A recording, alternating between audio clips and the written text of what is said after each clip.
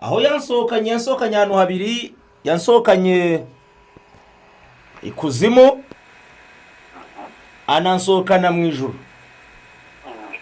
anyereka ibiri kubera aho hombi. Nkuko mu kiganiro nabibabwiye, yanyeretse uburyo ikuzimu barimo bishimira impfu za hato na hato, amaraso y'abakozi b'Imana, abadayimoni bari kugenda banyunyuza. Mu by'ukuri abavuze Imana cyane tunabona ko babwira ngo ntibirare, kuko uko birara niko Satani ari kurushaho guserebura no kubyina intsinzi, kuko nkuko nayo babwiye mu kiganiro cy'ubushize bari barimo bakubitana cheers, babwirana bati duserebure, bati nuriya turamutsindiye. Rero ni message cyane cyane zireba abakozi b'Imana, kuko harimo abamaze kwirara, ariko mu by'ukuri mbibutse ko nubwo bari kwirara bakumva ko byarangiye, ntabwo birarangira. Sinzi ijambo rivuga ngo aho kubyina intsinzi cyangwa se turebe kwishima nk'abatabarutse bakiri ku rugamba, kuko tukiri ku rugamba. Rero turacyafite igihe mu ntambara nyine nkuko biri bivuga.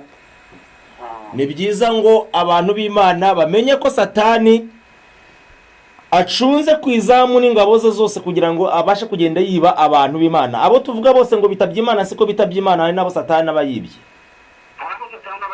Ariko mu buhanuzi bwavuga ko wabonye liste y'abapasitoro bagomba kuribwa n'abadayimoni.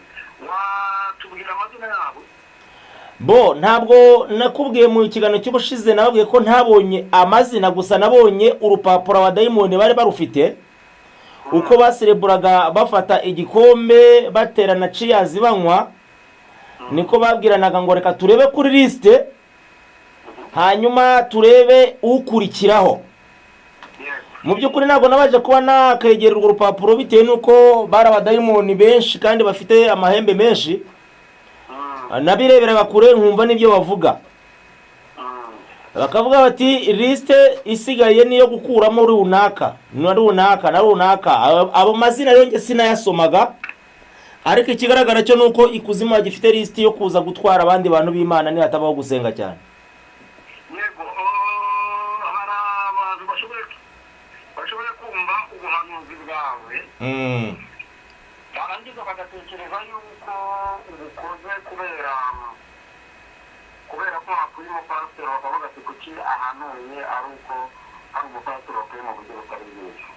Bakujya n'iterabwoba cyangwa gushaka kwikururiraho abantu. Ntabwo nikururiraho abantu kuko nta rusengero ngira ngo ndabazanamo. Kabiri nta kampani ngira ngo nibura barayizamo. Rero kuba twavuga ukuri kw'ibyo twabonye ni ngombwa ko dutangaza. Mbese urumva nyine ntabwo nari kubibona ngo mbiceceke, kandi hari abantu b'Imana bakeneye kubyumva, nibura ntihaburamo umwe cyangwa babiri babyumva bakiyarura. Rero ntabwo kuba bari abapasitoro baratambutse, ngira ngo bushize twumvije umupasitoro witwa Kibonke, twumva n'uyu wo mu Bugesera. Abangaba ntago aribo navugaga, nababwiye ko ngewe ari abandi bagiye, kuko ikuzimu arimo aragaragaza urutonde bafite ko ni mudasenga imbere hari abandi ikuzimu biteguye kuba bagira gute nabo batwara. Rero bariya simbizi nimba baratwaye n'ikuzimu, kuko ntago nabavugaho, kuko ntago bonzi icyabatwaye icyo ari cyo. Ngenda kubwira ibyo nabonye nkurikije ibyo nasanze. Tugana ku musozo, ni iki kintu nicyo kimenyetso twaje tureberaho tumenya ko umuntu utabarutse cyashe umugambi bw'Imana cyangwa se ari imbere? Nubwo Bibiliya ivuga ngo muzabamenyera ku mbuto zabo, ariko uyu mwanya imbuto zishobora kuba wazibonye ejo, uyu munsi zikaba zabaye indibu.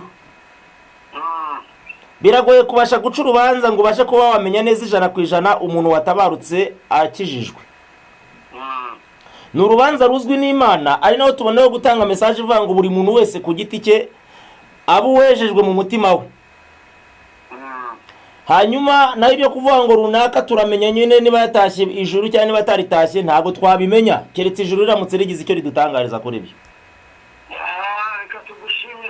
urakoze cyane ku kiganiro cyiza duhaye. urakoze cyane.